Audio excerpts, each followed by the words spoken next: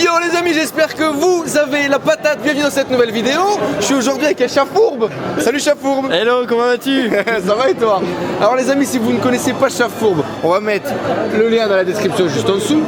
C'est un mec qui fait plein de choses, du boost de la motivation, de la PNL, énéagramme, etc., etc. Plein de trucs hyper compliqués, plein de trucs hyper faciles, plein de trucs pour vous aider dans votre vie. Et aujourd'hui, il va vous balancer quelques tips pour quoi faire. Pour avoir le bon mindset pour entreprendre. Ça c'est bon ça, le bon mindset pour entreprendre, vous le savez, j'en parle tout le temps, je kiffe ça. Et là, ça va être d'un papa. Alors allez, c'est parti les amis. Quoi, 2, 3 tips, combien est-ce qu'on peut donner? Je sais pas, on verra. On verra, on donne et on y va. Allez, c'est parti. Je te laisse le dictat. À toi. Tu t'en vas? Non. Tu restes là? Mais à toi. T'es chat papa. Tu es en piste. Alors, donc un mindset. Donc les premières choses quand on entreprend, ce qui est important, c'est la vision. C'est le bon état d'esprit, c'est savoir où est-ce qu'on doit aller. Et bien souvent, moi j'ai été le premier quand j'ai commencé l'entrepreneuriat. J'allais dans tous les sens, je faisais tel truc. Et j'avais mon blog sur le développement personnel. Ça te parle? Bah oui. J'avais mon blog sur développement personnel et j'ai fait plein d'autres choses. En fait, ce que les gens ne savent pas, c'est que j'ai fait plein d'autres choses à côté. J'ai fait du consulting. On avait un logiciel qu'on vendait sur WordPress. D'accord. Et en fait, j'avais le truc au départ. Et j'avais pas une vision, donc si tu veux, t'avais les choses qui marchouillaient, ouais. Et ça m'amenait pas très loin à chaque fois. Putain, je connais ça, c'est l'histoire de ma vie. Et donc en fait, ce qu'il faut, c'est la vision, c'est avoir un focus, c'est où est-ce que je suis maintenant et où est-ce que je veux aller. Donc ça, c'est le premier point, vision. Ensuite, second point, ça va te parler, ça va te faire mal, c'est moi je cultive de plus en plus et on a perdu la caméra. Oh, donc le second point, c'est justement, donc là, la première, on a la vision, vers quoi on veut aller, où est-ce qu'on est, vers où on veut aller. Ouais. Second point, c'est, là aussi j'ai mis du temps à l'intégrer, mais c'est lié au reste, c'est le focus. Le one thing, ça te parle? Aïe aïe aïe. C'est, moi j'ai jamais autant cartonné sur mon activité qu'au moment où j'étais vraiment focus sur un seul et unique truc. Aujourd'hui, je pense, je ne vis, je ne dors et je ne parle que d'un truc, c'est l'énéagramme. Et c'est mon focus. Et qu'est-ce qui se passe? Ben ça marche mieux qu'avant. Ouais. Et il est reconnu d'ailleurs expert, enfin voilà, si vous ne le connaissez pas, si vous ne le suivez pas, il y avait une photo qui m'avait fait vachement rigoler, en même temps elle avait un peu buzzé, j'avais l'impression sur la toile, où il disait ben voilà, moi quand j'apprends une thématique, je l'apprends. Il y avait 15 bouquins, 15 trucs, et voilà, et le mec devient expert, ça devient sa référence quoi, il est connu pour ça et il ne fait que ça, il le fait très bien. Et du coup, c'est quoi les résultats?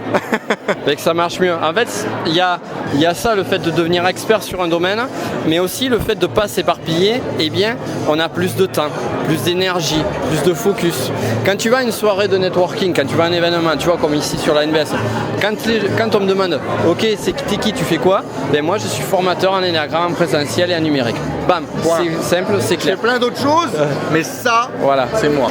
Et avant... Moi, j'arrive pas à pitcher aujourd'hui. Ouais, et justement, ça c'est un bon exercice, c'est arriver à pitcher à une phrase, arriver à synthétiser, ok, qu'est-ce que tu fais? Moi je fais ça, non, qu'est-ce que tu fais? J'ai fait un très bon exercice aussi à une personne qui s'est présentée à moi, c'était hier, il me dit je suis coach, formateur, conférencier. Je lui ai dit, oh, ça c'est la triptyque. Ouais, ça c'est beau ça. Coach, formateur, conférencier ou auteur. Je lui ai dit, t'es plutôt coach, t'es plutôt auteur, ou t'es plutôt formateur ou conférencier? Bloqué. Plutôt coach, formateur. Ok, t'es plutôt coach ou formateur? Et c'est ça la question, c'est, ok, vous êtes peut-être les trois, mais c'est quoi que t'es en priorité? Ouais. C'est quoi le job en priorité? Et c'est le focus dessus. Donc ça c'est le second point qui fait mal, qui pique.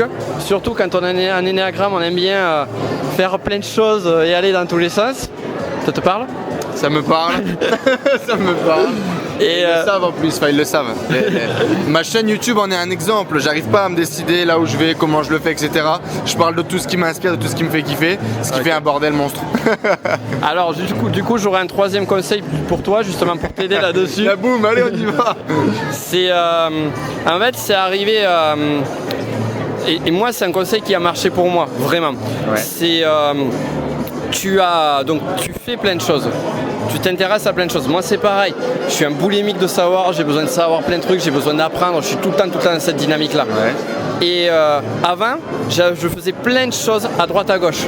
Aujourd'hui j'ai un cadre et en fait toute la créativité, toutes les nouveautés, tout ce que j'apprends, je le fais rentrer dans ce cadre. C'est-à-dire que je fais plein de choses dans un cadre. Exactement, ok, très bien. Et ça, je comprends aussi. Donc ça serait quoi le cadre? Alors, pour ceux qui suivent là, que vous avez l'habitude de voir. Alors en fait, moi j'ai lancé cette chaîne YouTube où je parle d'entrepreneuriat chez les jeunes, etc., etc.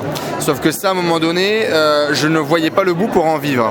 Donc du coup, j'ai choisi une niche qui remplissait tous les critères de niche qui me paraissaient corrects, qu'est le poker, les gens le savent. Et j'ai arrêté le e-commerce que j'avais à droite à gauche, le truc que j'avais là-bas, le machin là.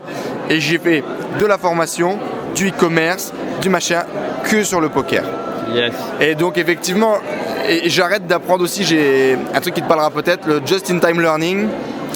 J'applique ça et du coup j'arrête, mais le problème de focus est toujours là parce que par contre l'envie n'a pas diminué, ma capacité à me focaliser machin est toujours hyper compliquée et donc voilà, vous le savez, vous devez avoir les mêmes soucis parce que dans tous les cas on est les mêmes. Si vous êtes abonné ici, c'est pas pour rien, et dans tous les cas si vous les avez pas encore, vous allez avoir ce problème, et si vous l'avez pas, peut-être vous l'aurez un jour. Donc dans tous les cas, prenez ces conseils, ça sert à quelque chose, c'est grand, ça sent l'expérience, là ça sent que ça vient de là. Mais je peux te donner un exemple par rapport à ça. Vas-y, balance. Donc tu vois, par exemple sur l'énéagramme, moi je suis à fond sur l'énéagramme et j'adore tout ce qui est l'univers de Sherlock Holmes. Et d'ailleurs je prépare bientôt une vidéo sur Sherlock Holmes. Vous pourrez regarder. Et en fait, ok, c'est pareil, tu vois, là j'aurais pu très bien m'éparpiller, commencer à faire des formations sur le sujet, je kifferais de le faire. Mais là je me dis, ok, comment je peux faire entrer ça dans mon cadre? Et en fait, du coup, j'utilise des stratégies de Sherlock Holmes pour arriver à trouver les types énéagrammes, pour la mémoire, parce que ça va aider sur la mémorisation. Donc tu te mets à pratiquer cette nouvelle truc qui te fait kiffer, mais en l'intégrant dans l'énéagramme pour pas en sortir de ta zone, d'accord. Et quand est-ce qu'on est prêt à sortir de sa zone pour faire autre chose alors? Quand on l'a vraiment maîtrisé à 800%. Après, c'est un choix de vie parce que finalement, tu n'arrives jamais au bout. Tu te dis à quel moment j'ai. Parce que moi, à un moment donné, je limite à me dire pourquoi pas accepter le fait d'avoir plusieurs casquettes. Ouais. Tu vois ce que je veux dire? Merde, oui, tu vas faire les vidéos, etc. Je kiffe, mais en même temps, faire du business développement, c'est ce qui me fait kiffer, machin. Alors moi j'ai une approche un peu différente, c'est-à-dire qu'en fait je prends un projet, je le mène jusque là où il doit aller, et une fois qu'il va là, hop, on développe autre chose. D'accord. Mais je ne développe pas la suite tant que le premier n'est pas arrivé à un stade avancé. Ouais, un objectif donné, des choses comme ça. Ok, génial. Bon merci beaucoup en tout cas Nico, les amis. Merci à toi. Les liens, les commentaires, laissez un pouce si vous avez kiffé un petit peu les conseils de papa.